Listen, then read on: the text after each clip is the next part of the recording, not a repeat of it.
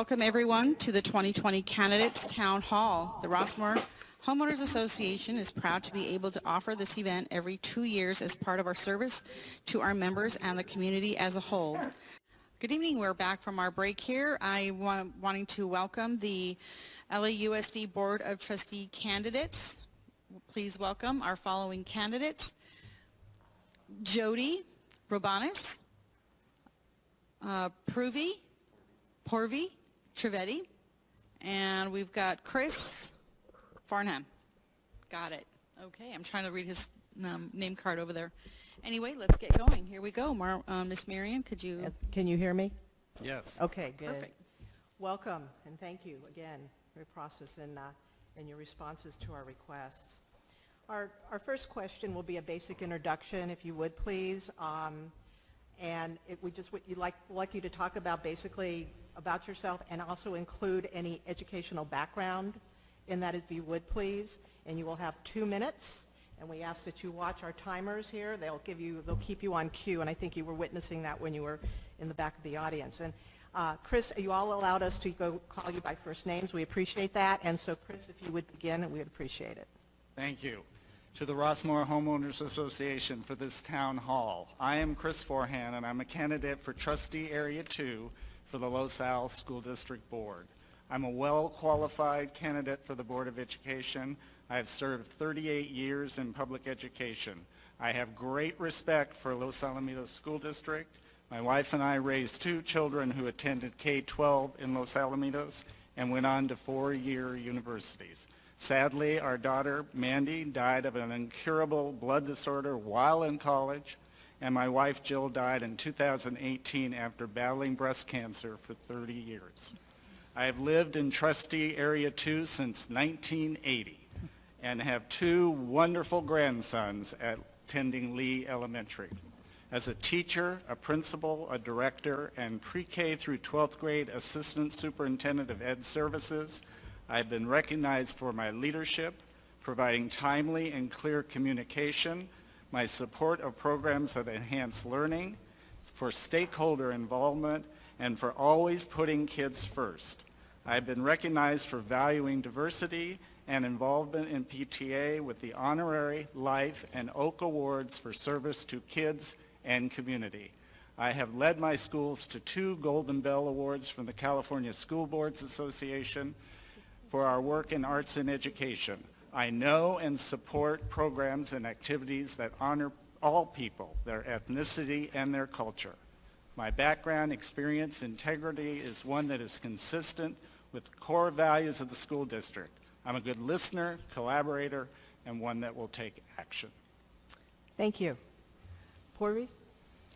Hi, my name is Porvi Trivedi. Thank you to the RHA for organizing this great way to connect our candidates in a local race. I hold a bachelor's degree in business from American, also an MDE, a Management Development for Entrepreneur from UCLA's Anderson School of Management, and was recently appointed to the UCI Customer Experience Program Advisory Board. All the candidates in my race care about education, children, maintaining the excellence of Los Al School District, how qualified we are. I agree, we're all great people, worthy of your vote. But I have a few different, unique, valuable qualifications that set me apart. I'm a working parent dealing with issues like doing a great job as a marketing professional while still ensuring my student stays engaged through remote learning over the past 6 months. I know how stressed teen and younger children can be by social media. I know how to reassure my child that we will overcome the pandemic and the current societal tension. The last time a board member had a child in our school district on the board was over 10 years ago. I will represent parents, the people with the most at stake in this race. As you know, parenting has changed even so much over the last 6 months. We've all had to pivot. I walk the walk. None of my opponents currently have school-age children in our district. I also bring a business experience to the board, something which it currently lacks. I work in a private enterprise creating million-dollar marketing campaigns, managing huge budgets for Fortune 100 companies. We need that perspective on the board. We are going to be facing a lot of budget cuts. I deeply care about our children, the district. I have spent countless hours as a volunteer in music programs, grading papers, AYSO soccer as an active PTA participant on local and national levels. I will bring a parent's perspective, a practical and ground thinking to the board. Thank you very much. Thank you. Jody. Thank you. I'm Dr. Jody Robanis, and I too am running for school board in trustee area 2. And that does not encompass all of Rossmore. Most of you know me from my PTA volunteerism, and I've actually been in this room several times promoting active transportation, bike route safety, and concerns about marijuana dispensary going up by the high school. What many of you don't know is that I'm also have been a full-time professor part of the time while I've been here back in California. On the East Coast, I started my tenure in higher education with over 20 years of experience. Some focus areas for me have been writing across the curriculum, involving students. I primarily was a teacher educator. Many of my CTE students went on to teach elementary school and high school. During that tenure as a high school educator, I really saw students who came to me to get their bachelor's degree and their master's degree. I really saw a difference in students. We saw millennials who were very well versed in global issues, but not so versed maybe in local issues. And now we have the I generation that learning social skills sometimes is a challenge, but we're very good at doing interactive computer types of things. I think I'm the only member here that really understands what it is for students to be prepared for college, since 80% of our students from Los Alamitos High School do go on to college. I want to mention most of all, too, is that I have twin boys who are class of 2020, and importantly as a parent, they have very different learning needs. I have one child who has an individualized plan. I have another child who is very involved in AP courses and soccer, and they had very different needs that the high school needed to pivot to meet to. Thank you. Thank you. All right. I'll introduce the first question for our panel, and we will start with Purvi, if you would, but I will ask the question. Nearly 30% of the Los Alamitos Unified School District student enrollment is based on inter-district transfers. How has this cohort impacted how the school district operates, and what are the advantages? Hello. The advantages are we have diversity from a variety of population. We are learning values, cultures from everybody around us. We have not had any problem regarding the cohorts. The staff, administrators, everyone has done a great job keeping everybody's classes together. Today was the first day of high school. My son came home with a smile. It's great. We have the room. We have six elementary schools, and we can accommodate everyone who wants to have an education in Los Al School District. Thank you. Sorry, we're getting Jody, if you would please. Thank you. Sorry. Yes, inter-district transfers, and you use the number, and I'll say it's a statistic of 30% of current Los Al students are not inter-district transfer. I actually would question where that number comes from, because that number has actually steadily gone down over the last 6 years. I know that the school board, the district has worked to decrease those numbers. And part of what we're trying to do is we're trying to achieve a ratio in our K-3 classes of 1 to 24, and in our 4 through 12, 1 to 32 students. A benefit of having transfer students, of course, is having more money come over, but there has definitely been a decrease, and the school district has been working to decrease those numbers. Thank you, and I stand corrected. Thank you. Chris, if you would, please. Yes. That's a great question, because the other day I was asked that question as I'm walking door to door throughout our trustee area. And first of all, it is a money issue. That does generate more money. That's the most important part. And it's important that as we bring kids into our district, we maintain that critical student-teacher ratio, because we don't want to overwhelm anymore our teachers. 24 in the kindergarten through third is enough, and right now, diversity is also an important thing. These kids bring diverse ideas and cultures for all our kids to enjoy and accept. Thank you. Okay, for the second question, we'll start with Jody. Are you prepared to make tough decisions? For example, if student enrollment doesn't exist, what would you do to sustain the financial health of the school district? Bev, that's a great question. In fact, one of the biggest issues facing the school district now is the decline of enrollment and deficit spending budget. And I'll just be real frank with you, there are going to have to be difficult decisions made. And having a school board member, and I think it's very important, that represents and thinks about all the constituents who the school board is representing, not just the teachers, but includes the parents, includes the community, includes all members. And so I'll say that an important aspect in making those tough decisions is getting community input and having an understanding of the problem.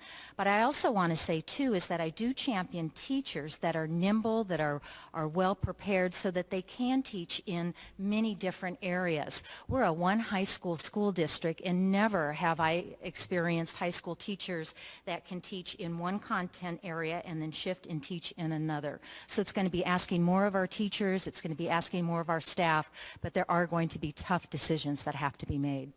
Thank you. Chris?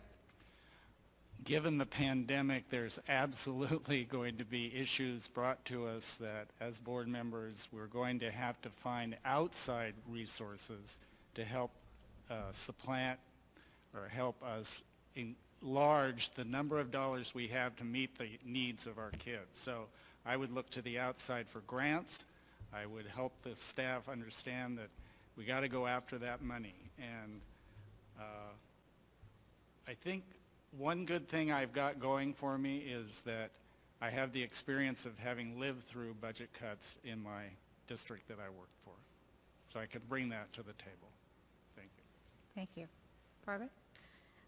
I would look to our community, our stakeholders, our teachers for some of their expert advice, opinions. Also, having managed multi-million-dollar budgets, I've experienced ensure funds are spent directly on resources for students, making the learning environment safe, improving classroom instruction, and making sure that we have the best teachers in our district. Again, we have to pivot, think outside the box. There's hundreds of grants. There's a lot of programs. There's support out there. We just need to look for it, find it, and work hard together. Thank you. Okay. Hoping I don't get this order mixed up. I'm going to yield to you again on this next question, Purvi. So sorry about mispronunciation. There's no excuse for it. I apologize profusely. But the next question is, how can the school district involve community members in addition to parents in the decision-making process, including curriculum development? And what will you do to encourage active community involvement? There's no excuse for. Excellent question. I'm a firm believer of involving our community. We have brilliant minds in our community. We have excellent stakeholders. We can do surveys. We can get their input. We can advertise board meetings, encourage them to be a little later at the workshop so they're not at 4:30 where many parents are working or running their kids back and forth from practice. Community involvement is critical. I will do surveys, go to outreaches, and make sure that every member of our community is involved. Thank you. Jody. Thank you. My entire professional career has been advocating for public education, and the genius behind public education in the United States is the understanding of school boards of their local communities. A critical part of that success is school boards being able to reach into communities and represent their constituents so that when they're coming in to make a decision that they're representing those constituents. So it's being balanced. I do want to mention that you talked about curriculum. The school district, before COVID hit, it was looking at implementing an ethnic studies class. And you might know that AB 331 is also coming through. It's some legislation that will make it a requirement, but that's an area where it's very important to get community input, because the whole point of that is understanding histories, cultures, ethnicities of persons in the local community. Sorry, thank you. Chris? I've built my career on stakeholder involvement, and that's an excellent question, because there should be no reason, especially in Los Alamitos Unified, that we can't include community members as well as staff, of course, as we redesign what curriculum is going to look like for the next few years. Jody brought up the ethnic studies. That would be a perfect example of, let's get our community together, let's talk about what should be in ethnic studies to bring about a kinder and more special world to our students here in our district. So I'm all for it. Let's figure out a way to get them in and do it at a time that's appropriate, so they're not running around getting kids and having to work and that kind of stuff. So I feel good about that. Thank you. Okay, Chris, I'm going to let you start this next question. The pandemic aside, what do you feel is the greatest challenge us, your constituents, in the next 12 months? And what will you propose, if elected, to address that issue? I really believe that we're going to have to take a good look at what have our kids learned since the pandemic. We're going to have, I think the biggest challenge we're going to have is to bring them back to the high academic level that we have them at, having had this different way of learning this past, 6 months since March. I also feel like the mental health of the kids and the socialization of the kids is critical. And we need to have the resources in the next 12 months to meet any kinds of needs based on the last 6 months. Thank you.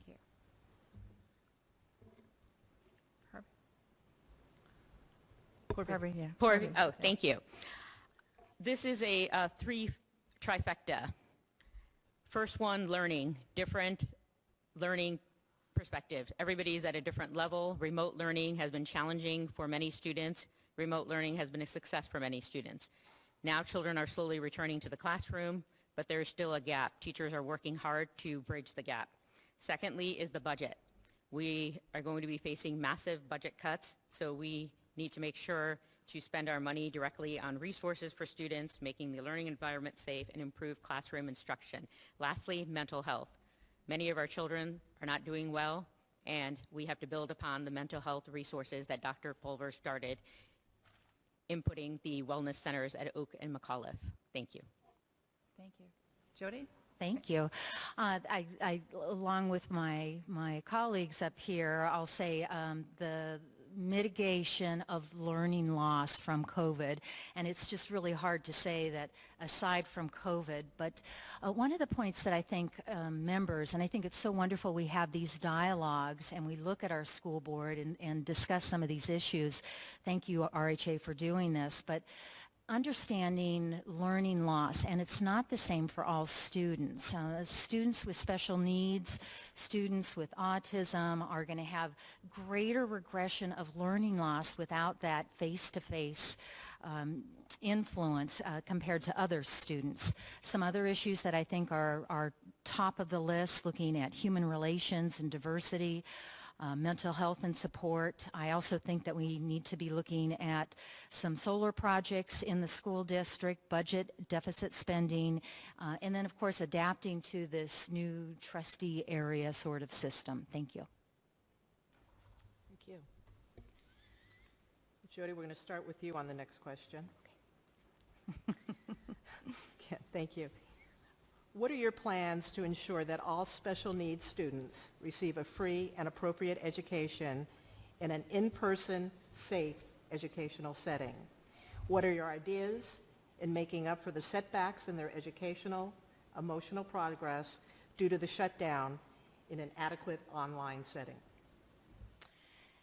Yeah, this is a real timely question and a very astute one. I think that some of whoever asked that question understands that California Department of Education did not put out guidelines for special needs cohorts to come back. And I want you to know that I was part of the community advocacy of these are the students where we're seeing the greatest loss and having the greatest needs of coming back face to face. And also they meet the criteria because often they stay in the same timeline. I think that being a parent that has a child with special needs and having to advocate for that child and just the challenges on so many fronts, I think that I bring that awareness and that concern to this group. And we talk about equity in education. Well, you look at needs, and the needs for students with special needs is greater, and they're going to have greater interventions needed. Appreciate. Chris? It's all about equity, and it's got to be fair and consistent for especially the kids with special needs. I was in charge of the special ed program as K-12 assistant soup, and I got to know kids, and I got to know them very well. And for them to have been home this past time without that maybe one-on-one instruction or at least small group instruction, it has to have been devastating. It has to be hard on their parents. We listened the other day to a parent at the board meeting on Saturday that said they were having a terrible time with at-home learning. So let's jump in, let's do it right, let's bring those kids into the classroom and get them back on track. Thank you. Thank you. Purvi? Thank you. Excellent question. I know it's difficult for special need students. It definitely needs to be fair and equitable. It is challenging. I have many close friends who have special need students. I have helped advocate, written papers, done research, looked at data. They need to be back in the classroom. I'm a huge supporter. I will do everything in my power since it does not only personally affect me, but it affects our community, and it's important. And I will do whatever I can to make sure they have a statement and a well presence in our education system. Thank you. Can I, just before we go to the next question, if we could just, the questions that we have given you today, and even in your pre-written scenario, were actually created by the general community and the RHA board. So the pre-event questions that you responded to are posted, just so you know. And then tonight's questions, the oral, we'll call this your oral interview, if you will, actually come from the similar kind of cohort, and then we took questions up until actually this morning. So that's where we've created the questions, and there were some really well thought out questions that we thought would be appropriate for this evening. And I could see you kind of asking that question. So thank you. Yeah. Bev? Okay, each candidate will now have 1 minute for their closing remarks, and we'll start with you, Purvi. I am Purvi Trivedi, running for trustee area 2. I am bringing the parent perspective to the board. Now more so than ever, we need the parent perspective. We are all dealing with a lot, and we have a lot at stake. Parenting has changed so much in the last 6 months. We've had to pivot. I walk the walk and talk the talk. Please vote for Purvi Trivedi, trustee area 2. Follow me on my social media website, purvitrivedi.com, Instagram, and Facebook. Thank you. Thank you. Jody? I'm Jody Robanis. I, too, am running for trustee area number 2. I promise to provide community oversight to protect the public interests of pursuing an education that's equitable for all children. I also promise to work collectively with the board. I promise to ask questions. I promise to do my best to do research. I promise to collaborate and learn with the board. I passionately pursue academic excellence for all students, not just middle of the road, not just academically gifted, not just special ed, all students. Vote for me, Jody Robanis, Los Alamitos Unified School Board, trustee area number 2. Thank you. And Chris? First of all, thank you to the Rossmore Homeowners Association for hosting tonight's town hall. It gave us a good chance to meet each other as well as share our opinions. And as I've stated throughout my career in education, I've been recognized as one who always puts kids first. I value diversity, I'm a problem solver, I'm a collaborator, and I've always celebrated student diversity, student achievement, staff efforts, and parent involvement. I value integrity, hard work, clear and timely communication, and making a difference for all children. I'm a qualified candidate for the Board of Education.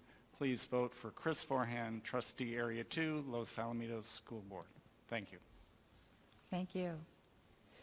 At this time, we want to thank all the candidates, and then, you know, we thank you again for your time. We know that it's a very challenging evening, and we thank everyone for being here.